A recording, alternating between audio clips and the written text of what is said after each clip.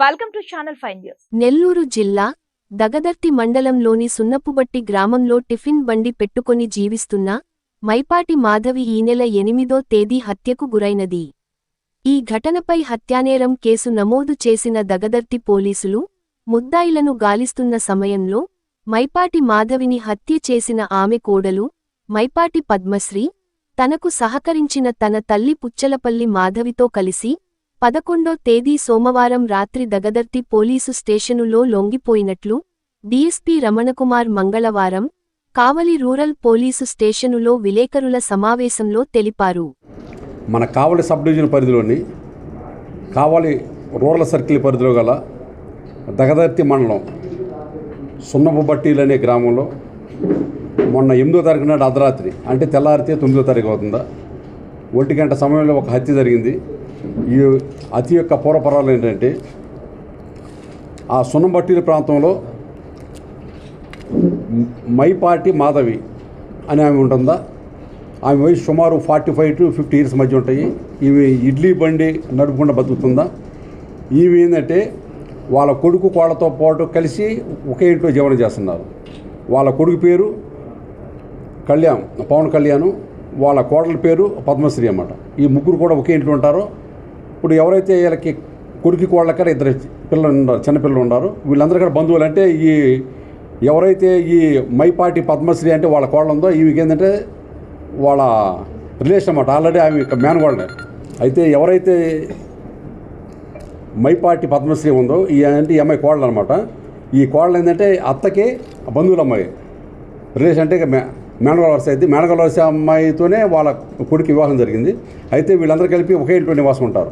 ఇప్పుడు ఈ అత్తకి కోళ్ళకి మధ్యన గొడవలు జరుగుతున్నాయి. కారణం ఏంటంటే ఈ కోళ్ళకి కొంచెం బయట వేరే వాళ్ళతో అక్రమ సంబంధాలు ఉన్నాయని వాళ్ళ కొడుకుని కాదు అమాయకుడిని చేసి ఈ అమ్మాయి ఏంటంటే బయట ఈ విధంగా చేస్తానని చెప్పి ఆ విషయం ఏంటంటే అత్తకి కోళ్ళ మధ్యన తరచూ గొడవలు జరుగుతున్నాయి. వాళ్ళ ఫ్యామిలీలో కూడా గొడవలు వస్తే ఎట్లా సరే ఏంటంటే మా అత్త నాకు అడ్డుగా ఉంటుందా అనే అభిప్రాయం ఈ అమ్మాయి కోళ్ళలో కలిగింది. కోళ్ళకి ఎట్టయినా సరే అడ్డు తొలగించుకోవాలనే ఉద్దేశంతో ఇప్పుడు మనం లేడీస్ ఏంటంటే ఈ మధ్యన కాదు టీవీ సీరియల్స్ లేకపోతే యూట్యూబ్లో అన్నీ మొత్తం చూస్తుంటారు కదా.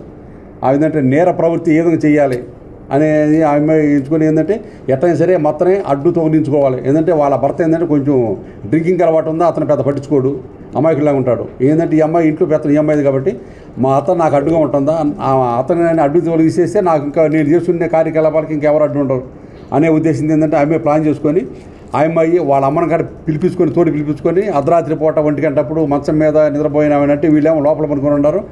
వాళ్ళ లోపల గదిలో భర్త విధంగా ఈ అమ్మాయి అందంటే 2 పిల్లలు వేసుకొని 2 మంచాల మీద పడుకొని ఉన్నారు. తర్వాత ఈమె బయట పంచం పడుకొని ఉందా వాళ్ళ అత్త. ఏంటంటే లోపల భర్త పడుకొని ఉంటే బయట వైపు గడిపెట్టేసి భర్త బయట లేకుండా ఏదైతే పంచలో ఉందో పంచలో ఉండామని సంవత్సరం ప్లాన్ చేసి వాళ్ళ అమ్మకాయలు పిలిపించి 2 కలిసేసి పడుకున్న ఆమె మీద ఇక్కడ ఎదర భాగంలో ఏమి కూర్చొని మెడకాయ పిసికి వాళ్ళ అమ్మేమో దిండుతో ముఖం అంతా అదివేసేసి ఊపిరాడకుండా చేస్తాం వలన స్పాట్లో ఆమె చనిపోయింది. ఇది సుమారు 1 గంట ప్రాంతంలో జరిగింది, అర్ధరాత్రి 1 గంట ప్రాంతంలో. తర్వాత ఏంటంటే ఈ అమ్మాయి మళ్ళీ ఏమి తెలియనట్టుగా మామూలుగా వెళ్ళి ఇంట్లోకి వెళ్ళి మళ్ళీ పనుకోండి. తర్వాత ఉదయాన్నే మళ్ళీ లేచేసి ఏంటంటే వీళ్ళు టిఫిన్ వేస్తుంటారు కదా, టిఫిన్ బండి కోసం అని ఇడ్లీ అన్నీ కూడా మొత్తం రెడీ చేస్తా తర్వాత వాళ్ళ ఆయన లేపి మిమ్మల్ని లేకస్తలేదు, ఒకసారి నువ్వు లేచి మిమ్మల్ని లేపమని చెప్పి ఈ అమ్మాయికి అన్నీ తెలిసే మళ్ళీ ఈ విధంగా నాటకం మిమ్మల్ని లేకస్తలేదని చెప్పి వాళ్ళ భర్త అంటే ఎవరైతే చనిపోయిన కొడుకు వచ్చేసి అమ్మ లే అంటే ఆమె లేకస్తలేదు, ఏం లేకస్తలేదని చెప్పి అతనికి డౌట్ వచ్చేసి ఇంకా బంధువులకిను వాళ్ళ సిస్టరు అల్లూరులో ఉండిద్ది. ఆమె పేరు కూతురు పద్మమాట. ఆమె కాడ ఫోన్ చేస్తే తర్వాత అందరూ వచ్చి చూస్తే చనిపోయిందనమాట. ఎలా చనిపోయింది అనేది మీ మిస్టరీ అనమాట. ఇంకా వాళ్ళకి ఆల్రెడీ అనుమానం వచ్చింది. ఆల్రెడీ గతంలోనే వాళ్ళ కూతురు అంటే పద్మకి అల్లూరులో ఉండే పద్మకి చనిపోయినామని చెప్పింది. ఇంకా నాకును మా కోళ్ళ మధ్య గొడవ దొరుకుతుంది, ఎప్పుడైనా నన్ను చంపొచ్చు, నాకు భయంగా ఉందని చెప్పి ఆల్రెడీ గతంలో చెప్పింది. దాని మీద అంటే వాళ్ళు అనుమానించేసి ఎంక్వైరీ చేస్తే ఈ విధంగా రాత్రి నెలదని చెప్పి వెంటనే వాళ్ళు వచ్చి పోలీస్ స్టేషన్కి వచ్చి రిపోర్ట్ ఇచ్చారు. ఆ రిపోర్ట్ ఇచ్చిన మేరకు ఎస్ఐ గారు కేసు నమోదు చేశాడు. అది మర్డర్ కేసు కాబట్టి ఆ కేసు ఇన్వెస్టిగేషన్ మన కావలి రూరల్ సిఐ గారు దాన్ని దర్యాప్తు చేశాడు. దర్యాప్తులో భాగంగా ఆ యొక్క అది నేరసరిపల్లి సరిచేస్తే నేను కూడా ఇచ్చాను, అక్కడ అన్ని చూశాను, వాటిని అక్కడ అంతా వాళ్ళతో సాక్షులతో అక్కడ మాట్లాడాను ఏం జరిగిందనేది.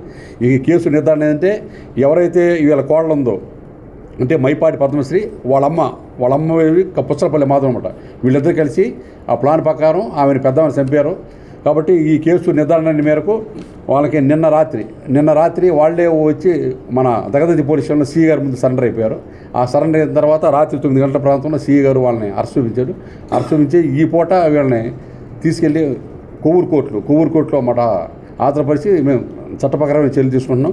నేనేంటంటే సమాజంలో ఉన్న ప్రత్యేకించి లేడీస్ చెప్పింది ఏంటంటే, మీరు యూట్యూబ్లు చూసి లేదా టీవీ సీరియల్ చూసి అత్తాకోళ్ళ మధ్యన వైరాలు ఎన్ని ఉంటాయి, అలాంటి మీరు ఏంటంటే మీ కాడ అలా చేయాలనే ఉద్దేశంతో చేయొద్దు. దయచేసి ఏంటంటే మనిషి ప్రపంచంలో అంటికంటే విలువైన ఏంటంటే ప్రాణం, మనిషి ప్రాణం. ఒకసారి మనిషి ప్రాణం పోయిందంటే మళ్ళీ రాదు. కాబట్టి మీకేమన్నా మీ అత్తకి మీకు సరిపడిపోతే మీరు వెళ్ళి సపరేట్ ఇంట్లో మీరు ఉండను, కానీ వాళ్ళతో కలిసి ఉండి ఏంటంటే ఈ విధంగా వాళ్ళ మీద కక్షలు పెంచుకొని ఈ విధంగా చంపేస్తాం అనేది చాలా ఘోరం అనేది. కాబట్టి అందరికీ నేను మెసేజ్ ఇస్తున్నాను, ఇలాంటి కేసులు ఎవరు ఇరుకోవద్దు. ఒకసారి కేసులు ఇలాంటి మట కేసులు ఇరుకుంటే మీ యొక్క జీవితం అంతా స్పాల్ అయిపోయింది. అదేవిధంగా మిమ్మల్ని నమ్ముకున్న మీ పిల్లల కాడ ఇదిపోతారు. కాబట్టి ప్రతి ఒక్కళ్ళు కూడా ఇలాంటి అఫెన్స్ల పట్ల చాలా జాగ్రత్తగా ఉండవలసిందిగా కోరుతున్నాను.